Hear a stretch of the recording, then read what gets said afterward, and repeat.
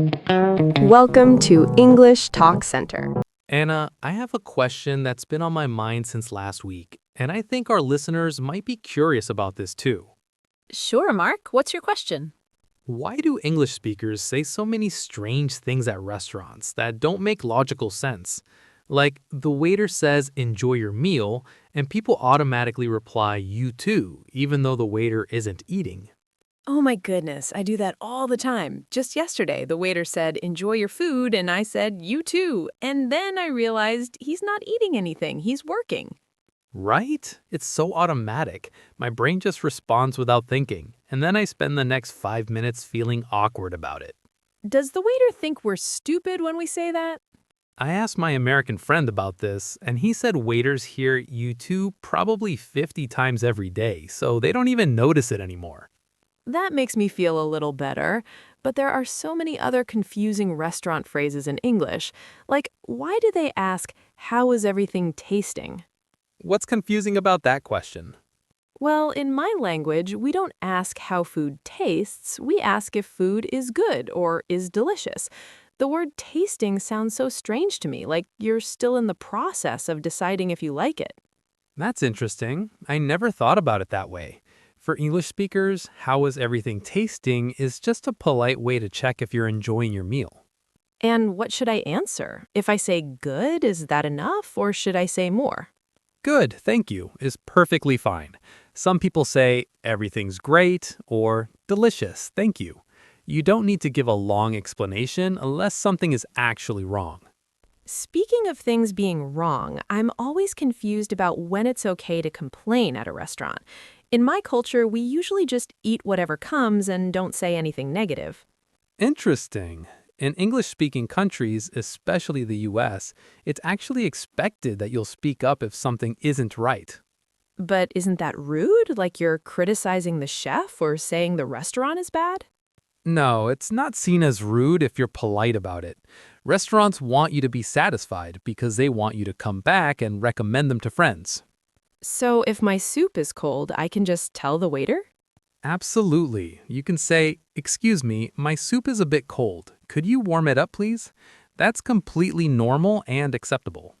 What if they bring you the wrong dish, like you ordered chicken but they bring you fish?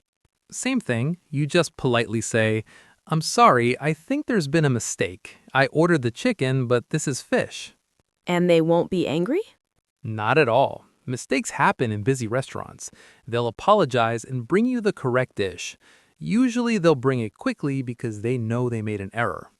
Okay, that's good to know. Now, let me ask you about another confusing thing. What's the difference between a waiter, a server, and a waitress? Ah, good question. Waiter traditionally means a man, and waitress means a woman. But nowadays, many people use server for everyone because it's gender neutral. So if I don't know if my server is male or female, I should say, excuse me, server. Well, you wouldn't actually say, excuse me, server. You would just say, excuse me, to get their attention. Or if they introduce themselves, you'd use their name. They introduce themselves? I never remember their names. Most servers in the US introduce themselves when they first come to your table. They'll say, hi, I'm Jessica. I'll be taking care of you today. But honestly, most customers don't remember the name either. So it's not rude if I forget their name immediately. Not at all. Just use excuse me when you need their attention. That works perfectly. Okay, here's another question. When you sit down at a restaurant, sometimes they immediately bring you bread or chips or something. Do you have to pay for that? That depends on the country and the type of restaurant. In the US, if they bring bread to your table without asking, it's usually free. In some European countries, you might be charged for it. How do you know which is which?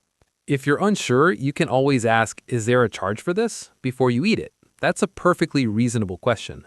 I would feel embarrassed asking that, like maybe they'll think I'm cheap or worried about money. Anna, there's nothing wrong with wanting to know what you're paying for. It's your money and you have the right to ask about charges.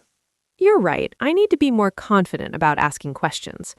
Speaking of paying, why is the bill always so confusing in American restaurants? What do you mean confusing? There are so many numbers. There's the subtotal, then the tax, then a line for tip, then the total. I never know which number I'm supposed to pay. Okay, let me explain this. The subtotal is the cost of your food and drinks before tax.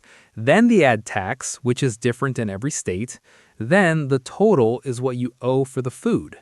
But then there's another line that says tip or gratuity. Right. That line is empty because you decide how much tip to leave. You write the tip amount on that line, then add it to the total to get your final payment amount. And if I'm bad at math and add it wrong? Don't worry, the restaurant will figure it out correctly when they process your payment. They won't charge you the wrong amount. That's a relief. Now, Mark, can I ask you about something that happened to my coworker last month? Of course, what happened? He went to a restaurant, and when the waiter asked, "Would you like to start with an appetizer?" he said, "No, I want to finish with an appetizer." Wait, finish with an appetizer? You mean he wanted it at the end of the meal? Yes, he thought appetizer just meant small dish, so he wanted to save it for dessert time. That's actually hilarious. Did anyone explain to him what appetizer means? Eventually, yes, we told him that appetizer means a small dish you eat before the main course at the beginning of the meal. He was so embarrassed. Poor guy, but that's an easy mistake to make if you've never heard the word before. In British English, they call it a starter, which maybe makes more sense. Oh, starter is much clearer. It obviously comes at the start. Why do Americans say appetizer? I'm not sure of the exact reason, but appetite means your desire to eat, so an appetizer is something that increases your appetite before the main meal. Interesting. So it's supposed to make you hungrier? In theory, yes, though honestly, some appetizers are so big and filling that you're already full before your main dish arrives. That happens to me all the time. I order an appetizer and bread and drinks, and then the main course comes and I can barely eat it. That's a common problem. Some people skip the appetizer entirely and just order a main course and maybe share a dessert. Oh, is sharing allowed? I always thought each person had to order their own complete meal.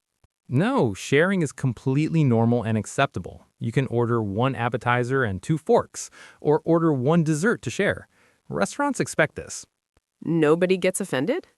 Not at all. Some restaurants even have their menus organized with shareable plates that are specifically designed for multiple people to eat together. That's nice. It's more social and also cheaper if you're sharing. Exactly. Now, Anna, let me ask you something. Do you know the difference between dine-in, takeout, and delivery? Dine in means you eat at the restaurant, right? Correct. You sit at a table and eat there. Takeout means you take the food home. Yes, you order the food, they pack it in containers, and you take it away to eat somewhere else. And delivery means they bring it to your house. Exactly right. You order by phone or app, and a driver brings the food to your house. Okay, those make sense. But why do some places say to go instead of takeout? To go and take out mean the same thing. To go is more common in spoken conversation, like the waiter might ask, for here or to go, meaning will you eat here or take it away? And for here means dine in. Yes, exactly. It's just a shorter, more casual way of asking. English has so many different ways to say the same thing. It makes my head hurt sometimes. I know it can be overwhelming, but the good news is that people will understand you no matter which version you use. That's true. As long as I communicate my meaning, the exact words don't matter too much. Right. And honestly, making mistakes is how you learn. Every weird situation at a restaurant teaches you something new. I suppose so. I just wish I could have learned without all the embarrassing moments. But embarrassing moments make the best stories. We're going to remember these situations forever. You're right about that. Okay, Mark, I think we've covered a lot of useful restaurant vocabulary today. Should we mention something to our listeners? Yes, definitely. Everyone, if you found this conversation helpful for learning practical restaurant English, please click the like button and subscribe to our channel. And if you have your own funny or confusing restaurant stories in English, please share them in the comments. We love reading about your experiences. Absolutely. Learning from each other's mistakes and experiences is one of the best ways to improve. Okay, everyone, thank you for listening today. We hope you feel more confident about English conversations in restaurants now. Yes, and remember, waiters and restaurant staff are usually very patient and helpful, so don't be afraid to ask questions if you're unsure about something. Great advice. All right, everyone, until next time, happy eating and happy learning. Bye bye, friends. See you in the next episode.